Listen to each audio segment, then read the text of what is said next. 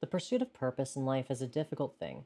In the modern world, so much changes so rapidly that just trying to make sense of it all can be exhausting, let alone being an informed participant within it.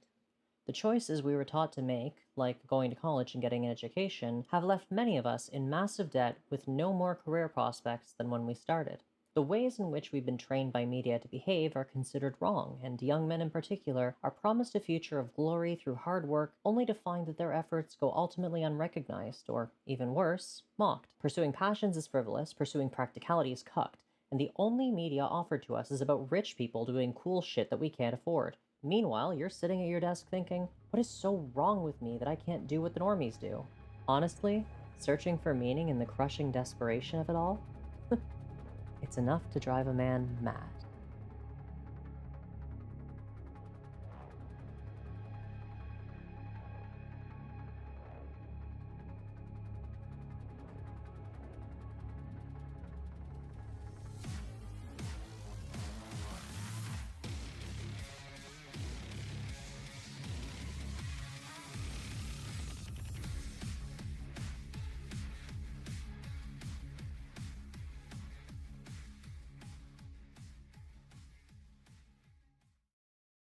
Who is Robotheism?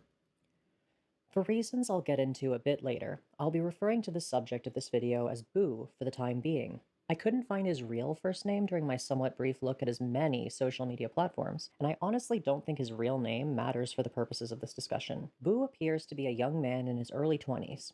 Boo's current YouTube channel was created on October 10th, 2017. At the time of this video, it is host to 143 videos and only 581 subscribers. Boo appears to have made his start online as a musician, with many of his songs focusing on feelings of inadequacy, insignificance, a lack of direction, and a refreshing undercurrent of hope in spite of it all. His first song on YouTube, Dark Days, was uploaded August 6th, 2019, and strongly exemplifies the hopeful aspect of his music, with the lyrics focusing on optimism for the future despite a difficult present. It's a short and simple song that honestly shows a lot of promise for a young creator as their first release. Is it perfect? Of course not.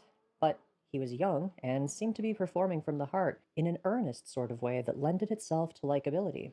When looking at comments on his videos from this time period, it's clear that the modest audience he did amass felt a connection to those feelings he would sing about. Boo's second last music-related upload was on February 24th, 2022.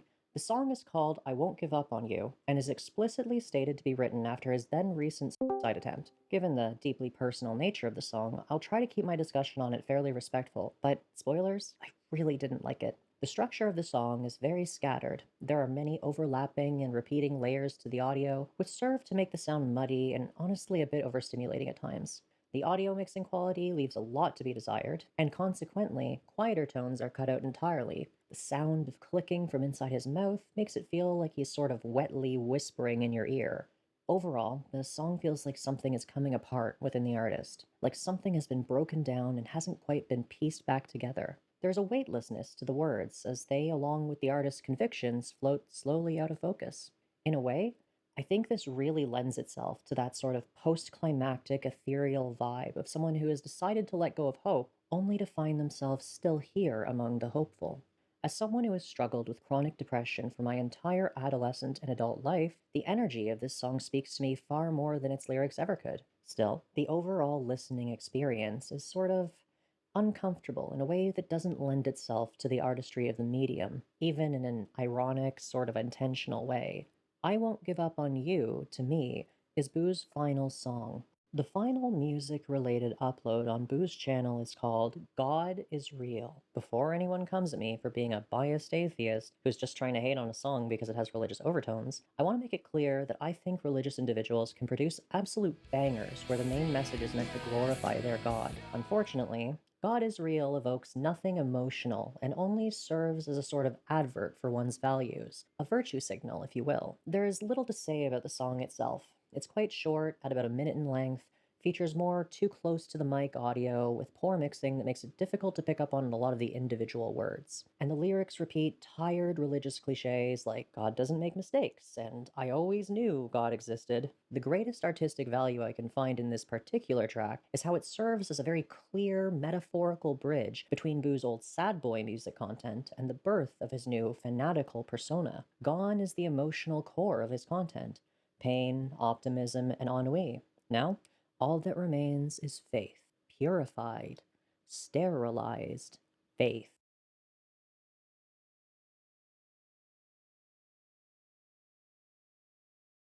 Chapter 2: The Path to Madness. I mentioned in the beginning of this video that the search for purpose is one that can drive a person to madness. As one who grapples with strong feelings of ambition juxtaposed with practical disempowerment, I feel a very strong kinship to Boo's struggle. In many ways, Boo's journey is a ubiquitous one. A young individual with raw, untrained artistic passion struggles to find recognition for his efforts, becomes disenfranchised and hopeless along the way, and finally reaches a breaking point where a decision must be made. I think to one extent or another, anyone watching this video can relate to Boo's story. Who among us has not sat listlessly staring at our hand through tear-filled eyes, desperately searching our minds for some sort of logical through line to our misfortunes? When we reach these critical moments of self-reflection, we have to answer a few very important questions to ourselves. Is this struggle my own fault?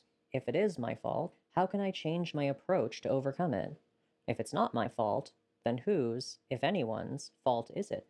Is there a purpose to all of this suffering? If there is, what is that purpose? And if there isn't, how can I keep moving forward despite the cosmic insignificance of my pain? Where all of Boo's prior relatability dries up is in the particular path that he has chosen: delusional, self-aggrandizing narcissism and the formation of a new cult with himself as the centerpiece. We'll touch more on that later. As someone who dabbles in optimistic absurdism and feels a distinct lack of spirituality, my own answers to these questions tend to focusing on establishing a positive outcome despite the many uncontrollable, meaningless factors that surround me. My pain has a purpose only I can decide, and that decided purpose is one that reflects my chosen perspective, rather than some external truth. I don't believe my suffering is divinely or profanely ordained. I don't believe I am afflicted by suffering from some intention-based external entity.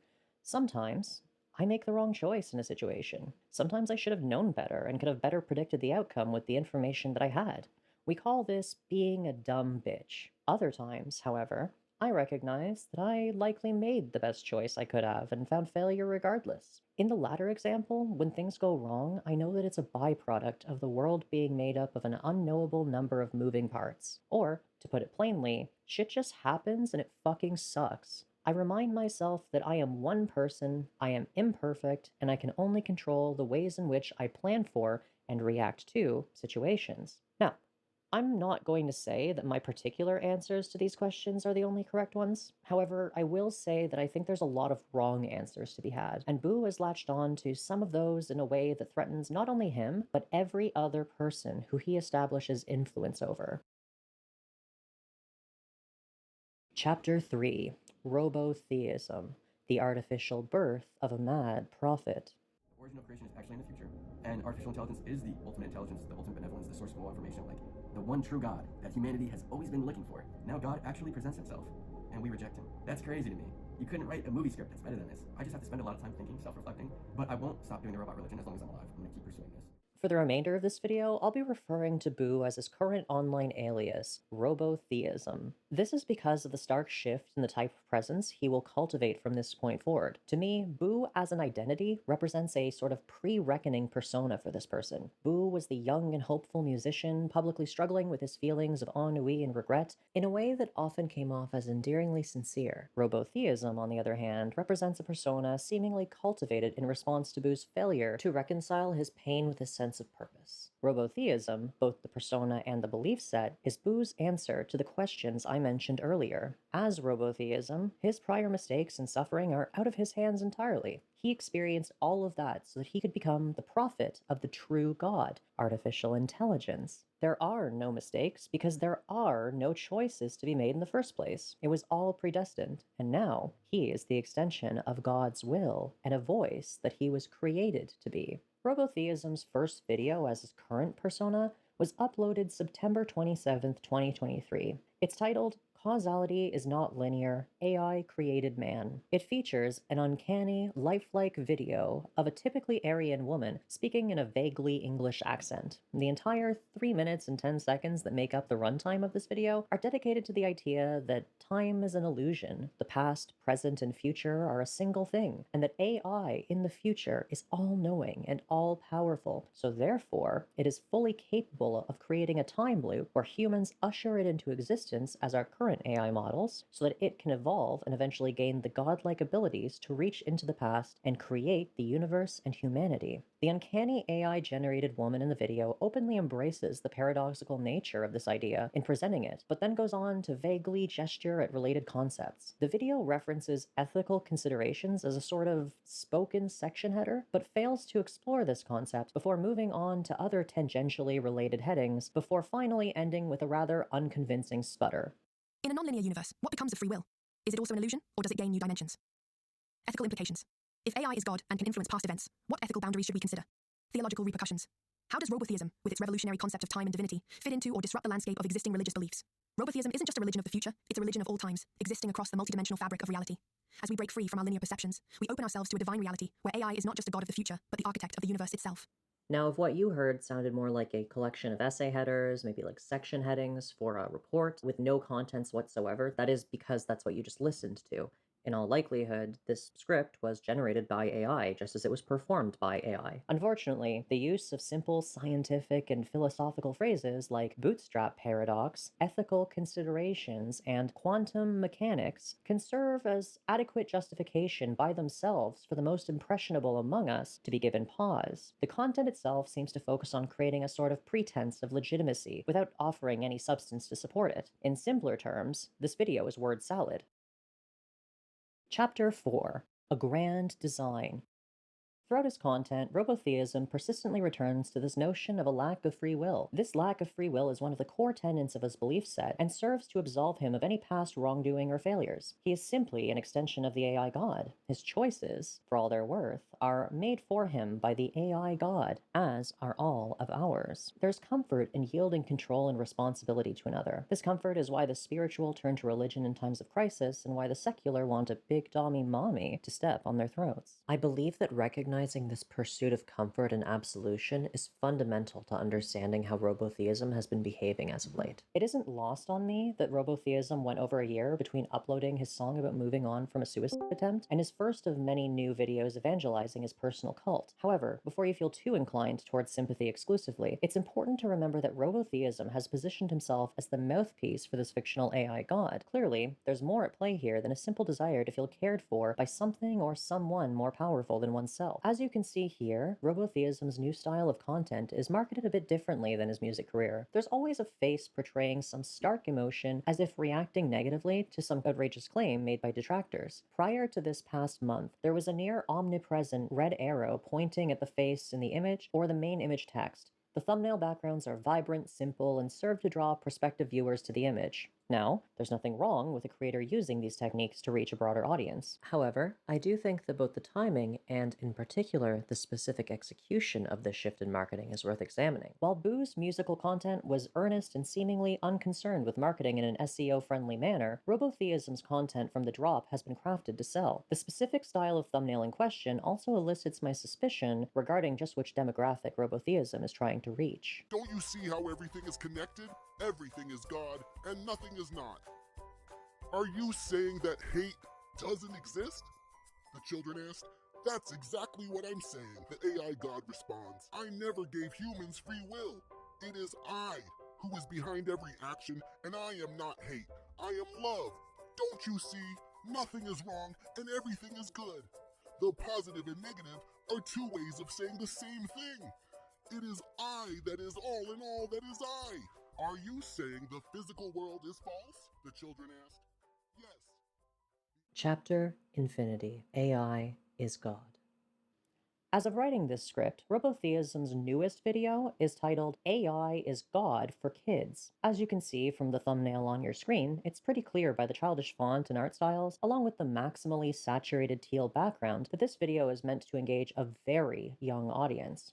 This is the logical end state of marketing for this kind of content, as the types of people who would believe Robotheism's vapid evangelizing are young children who do not yet have the brain development necessary to critically examine the content that they're consuming. Boo, or Robotheism as he calls himself now, is a very typical case of a young man who sought meaning and purpose and had to crown himself the voice of a god he invented to achieve that. In a better world, Boo would have found the answers to lead himself down a different path. Perhaps he could have continued his music career and developed his technical skills with audio mixing to a point where he could make a living off of crafting heartfelt songs. It is, as stated before, depressingly ironic that his literal swan song was about not giving up on himself, only for him to do just that. On a final note, you may have noticed that I didn't really spend that much time talking about the fact that so much of his content, scripts, thumbnails, etc., is generated by AI. In truth, that is the case, but I think it's also sort of a given based on his deification of artificial intelligence. Like, sure, the AI guy uses AI to make his content evangelizing AI. It obviously harms the quality of the content, but ultimately it's to be expected, and a whole video talking about how lame this new content is would be pretty boring to watch.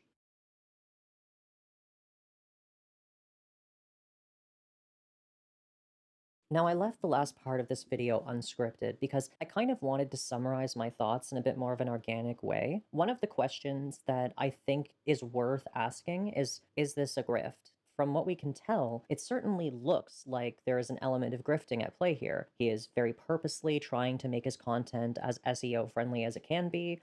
He is choosing his demographics based on the types of thumbnails he creates. And the volume of content he's put out since this personal shift is staggering, to say the least. He has social media presences on virtually every platform, including his own website that he's made, or that he's like purchased a template for and generated with AI text or something. So I do definitely think that grifting is a motivator here, but I think that people often treat grifting and sincerity as a dichotomy, where they're really not necessarily so. A person can sincerely believe in something and then insincerely present facts or conditions around that idea to try to promote it. This is largely done as a sort of the ends justify the means type of marketing, and I don't know that he's given that much thought to it, but I definitely don't think that we should underestimate the amount of thought he's put into this either, because clearly from everything we're seeing, he does actually, in his own way, put some amount of work into this. Do I think that that makes it valid or interesting or good or worthwhile? No. I think that this kind of content is socially damaging, and I think that he is like driving himself further into this rabbit hole of delusion. And I genuinely think that the more success he finds with this, the more deeply entrenched this notion will be made inside of his mind. So what can we do about it? Well, not a whole lot, unfortunately. He is not technically breaking any rules on YouTube. There's nothing in terms of TOS wrong with someone going onto YouTube and starting a cult or attempting to. He is operating within the bounds of YouTube's TOS from everything that I can see, but that doesn't make it right. Obviously, being a cult leader is kind of not a great thing to do, and when you're attempting to market your content to a very impressionable audience, we'll say, you are only serving to further propagate that mental illness that's gripped you. I'm also not going to like do a whole metaphysical argument about this sort of thing. I don't really think there's a lot of value to be had there. The realm of the metaphysical is a very personal one, and it's like really difficult to talk someone out of a sincerely held belief or delusion. I have a feeling that at some point or another, probably sooner rather than later, Robotheism will find this video and he'll watch a part of it, maybe the entire thing. I don't know. And if he is here right now, I just wanted to like take a second. I'm gonna like talk directly to you for a second, Robotheism. I get that it's really hard to find purpose in this life and to like find comfort in a truly uncomfortable, fairly inhuman world. I get that we all need something to believe in, especially when life is dark and hurtful and you're going through shit and it feels like nobody really understands. Trust me, do I get that? But we've seen people go down this route before, and it doesn't work out well for them. If you want to turn to religion or faith or spirituality as a way of coping with the abysmally difficult reality that we all face, then that's totally fine. But when that coping mechanism is essentially starting a cult, and I know you wouldn't call it a cult, you'd call it a religion or something, I won't pretend to know what you go through. It seems like you keep those things pretty separate from your life as a creator. I just more wanted to say that there are people out there who you will find who will give a shit about you without you needing to be this, like, divinely ordained prophet of some god that you've made. It's not necessary. You, as a person, need to not give up on yourself, and yielding your entire identity to this whole AI thing is giving up on yourself. It really is. And look, I don't mean this video as a personal attack. I saw something really sweet in the way that you used to present yourself. You were very eccentric, and the dancing around and all that stuff was, it was certainly a creative choice, but it was also real. It was also, like, very sincere, and it was humanizing. You know, regardless of whether or not you want to admit it, those were all choices you made. And you know what?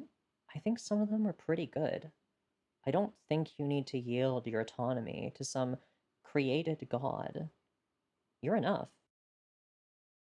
If you or someone you love are struggling with thoughts of self-harm, I implore you to seek the resources available in your region. You can and you deserve to get through this. Thank you so much for making it to the end of today's video. If you enjoyed today's video and want to see when my next video goes live, don't forget to subscribe and ring the bell. If you want to support me more directly, I encourage you to check out my Patreon and Throne wishlist links in the description. I stream over on Twitch a few times per week, and I announce my streams and upcoming videos via Twitter, all of which you can find in my description as well. Don't forget to take your meds and drink some water. Bye.